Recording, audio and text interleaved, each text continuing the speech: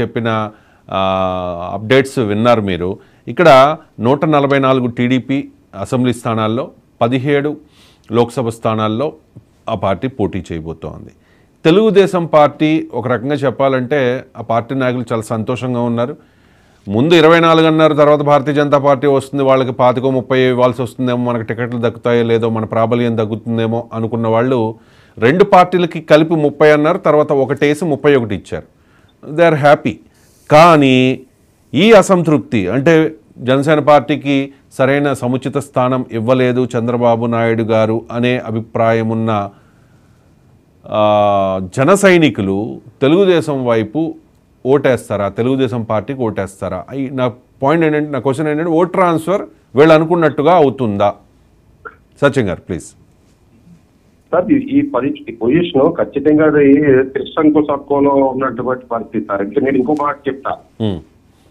చంద్రబాబు నాయుడు గారు ఏం చేశారంటే, జనసేన పార్టీ ప్రధానమైన బలం పవన్ కళ్యాణ్ గారి నమ్ముకుంటున్న సామాజిక వర్గాలు అయితేనే, జన సైనికులు అయితేనే, మద్దతుదారులు అయితేనే, వాళ్ళకి పవన్ కళ్యాణ్ కి ఒక గ్యాప్ క్రియేయడం కోసం సీట్లు తగ్గించేటైనా.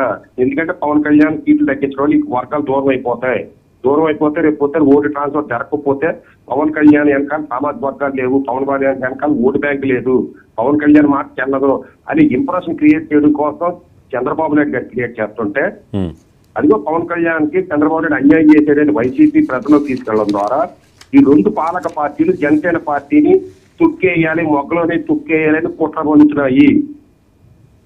రెండో పక్కన పోనీవేలు తుక్కేస్తున్నాడు కదని పవన్ కళ్యాణ్ ఒంటరిగా పోటీ చేస్తే, ఈ విమర్శిస్తున్న పవన్ కళ్యాణ్ సీఎం అయిపోవాలి, పవన్ కళ్యాణ్ ఏమో వంద స్థానాల్లో పోటీ చేయాలి, లేదా పవన్ కళ్యాణ్ పవర్ షేరింగ్ చేయాలి అన్న వాళ్ళందరూ కూడా అటు వైసీపీలోనో ఇటు తెలుగుదేశంలోనో లేదా ఇళ్లలో కూర్చొని సంపాదిస్తున్న వాళ్ళే కానీ వచ్చి ఆ కాడిపోతున్న వాళ్ళు ఒక్కడు కూడా లేదు.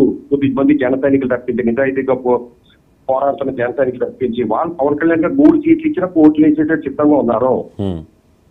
అలాగని పోటీలో ఒంటరిగా పోటీ చేస్తామంటే ఆ ఇతర శత్రువులు జగన్మోహన్ రెడ్డి, చంద్రబాబు నాయుడు రైట్లండి. ఇప్పుడు రాజకీయం అన్నాక పార్టీని బలపరచుకోవాల్సిన అవసరం ఉంటుంది క్షేత్రస్థాయిలో.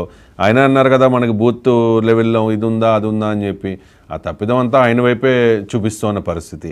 నా పాయింట్ ఏంటంటే, ఓకే జనసేనాని నిర్ణయమే మాకు శాసనం అనుకునే వాళ్ళు ఆయన చెప్పింది చేస్తారు. 21 కాదు, రేపు అన్న రోజు ఒక 10కి తగ్గించినా మాకు 10 ఎక్కువ, మాకు అధినేత మాటే శాసనం అని చెప్పి పనిచేస్తారు. టీడీపీకి ఓటేస్తారు, బీజేపీకి ఓటేస్తారు అక్కడ అభ్యర్థులైతే, వాళ్ళ అభ్యర్థులైతే. ఇంక జనసేన అంటే జనసేనకి ఎలాగే వేసుకుంటారు.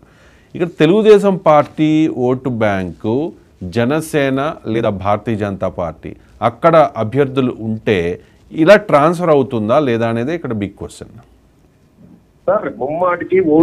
నేను చిన్నది యాడ్ చేస్తాను ఇక్కడ. భవిష్యత్తులో టీడీపీకి పోటీ జనసేన అయ్యే ప్రమాదం ఉంది కాబట్టి, భవిష్యత్తులో లోకేష్కి పోటీ పవన్ కళ్యాణ్ అయ్యే ప్రమాదం ఉంది కాబట్టి, మనకి వాళ్ళు ఓటేస్తారు, మనం మాత్రం వాళ్ళకి ఓటేయొద్దు, ఈ పార్టీని పెంచి పోషించొద్దు, భవిష్యత్తులో మనకి ఇబ్బంది వస్తుంది అని ఏమైనా అనుకునే ప్రమాదం ఉందా, అవకాశం ఉందా? సార్ ఖచ్చితంగా. నేను ఇందాక చెప్పాను చూడండి, జనసేనకి సీట్లు తగ్గించడం ద్వారా జనసేన మద్దతుదారులోని పవన్ కళ్యాణ్ గ్యాప్ క్రియేట్ చేయిందని చంద్రబాబు నాయుడు కుట్రపడినాడు అన్నాను. ఆ కుట్ర రేపొద్దున భవిష్యత్తులో థ్రెట్ లేకుండా ఉండడం కోసమే జనసేన పార్టీ తెలుగుదేశం కుట్ర పడుతుంది అనేది చెప్పేస్తే. అయితే ఇక్కడ 2 పాయింట్లు. ఒకటి మీకు చెప్పినా నేను చెప్పగలుగుతున్నా చెప్తా. ఇప్పుడు జనసేన పోటీ చేస్తారు 20 అనుకున్న పోటీ 21 అంటారు అనుకున్నా. ఈ 21 చోట్లలో చంద్రబాబు నాయుడు మద్దతు ఉన్నా లేకపోతే జనసేన గెలుస్తారు. ఎందుకంటే కొన్ని సామాజిక వర్గాలు మద్దతు ఉంటే చాలు గెలిచినాక ఆ సింపతి పవన్ కళ్యాణ్ నియోజకవర్గాల్లో గెలుస్తుందని మీరు ఎలా చెప్పగలుగుతున్నారండి? ఇప్పుడు దాకా నియోజకవర్గాలే ప్రకటించలేదు. ఆ నియోజకవర్గాలే ప్రకటించలేని పరిస్థితిలో ఉంది ఆ పార్టీ. అలా కాదు సార్, అది మళ్ళీ సెపరేట్ డిబేట్ అండి. ఇప్పుడు ఏంటంటే ఏ నియోజకవర్గాలు అయితే పోటీ చేస్తారో ఆ నియోజకవర్గాల్లో కనీసం పవన్ కళ్యాణ్ గారు తన భద్రతను తప్పించి ఒక 20-30 ఎడిషనల్ ఓట్స్ తెప్పించుకోగలగాలి పవన్ కళ్యాణ్ గారు. ఆ ఎడిషనల్ ఓట్స్ ని ఇతర కులాల సింపతిని పవన్ కళ్యాణ్ గారు గెయిన్ చేసుకోగలిగారు. ఖచ్చితంగా పవన్ కళ్యాణ్ గారు మాక్సిమం స్థానాలు గెలుస్తారు. కానీ ఈ జనసేన పార్టీ మద్దతుదారులు కానీ లేదా పవన్ కళ్యాణ్ గారి యొక్క సింపతిదారులు కానీ తెలుగుదేశానికి ఓటే చెప్పకపోతే 150 స్థానాల్లో తెలుగుదేశం ఓడిపోతారే. ఒకవేళ తెలుగుదేశం కానీ ఇటువంటి జిమ్మిక్కలు చేయదలుచుకుంటే తెలుగుదేశానికే ఘోర పరాభం వస్తుంది, తెలుగుదేశానికి ఘోర నష్టం జరుగుతుంది. రైట్. ఇంకొక పాయింట్ ఇక్కడ ఏంటంటే పవన్ కళ్యాణ్ వల్ల నష్టం జరిగిపోయింది లేదు, పవన్ కళ్యాణ్ సీఎం అవట్లేదు, పవన్ కళ్యాణ్ 21 సీట్లు తీసుకున్నాడనే ప్రచారాలకు లోబడి క్రోధాలకు పోకుండా, కోపాలకు పోకుండా, అసూయలకు పోకుండా, ద్వేషాలకు పోకుండా ముందు పవన్ కళ్యాణ్ గెలిపించుకోండి, జనసేన పార్టీని గెలిపించుకోండి. ఇది గెలవకపోతే అనగారిన వర్గాల గెలిపించుకోవడం అంటే ఏంటి? అధికారం దిశగా గెలిపించుకోవడం వేరు, మామూలుగా గెలిపించుకోవడం వేరు. బాధ్యత అందరికీ ఉంది అనేది చెప్పదలుచుకున్నాను సార్. రైట్ అండి, చూద్దామండి. ముందు రసవత్తర రాజకీయం జరగబోతోంది. మీరు ఖచ్చితంగా మీ అభిప్రాయాలని నేను తీసుకునే ప్రయత్నం చేస్తాను. ఇవాళకి ముగిద్దాం. థ్యాంక్ యూ సో మచ్ అండి అక్షయ్ సత్యం గారు ఇవాళ స్పెషల్ డ్రైవ్లో పార్టిసిపేట్ చేసినందుకు. అలాగే నెల్లూరు నుంచి విద్యాసాగర్, రాజమండ్రి నుంచి చిరంజీవి రెడ్డి, అమలాపురం నుంచి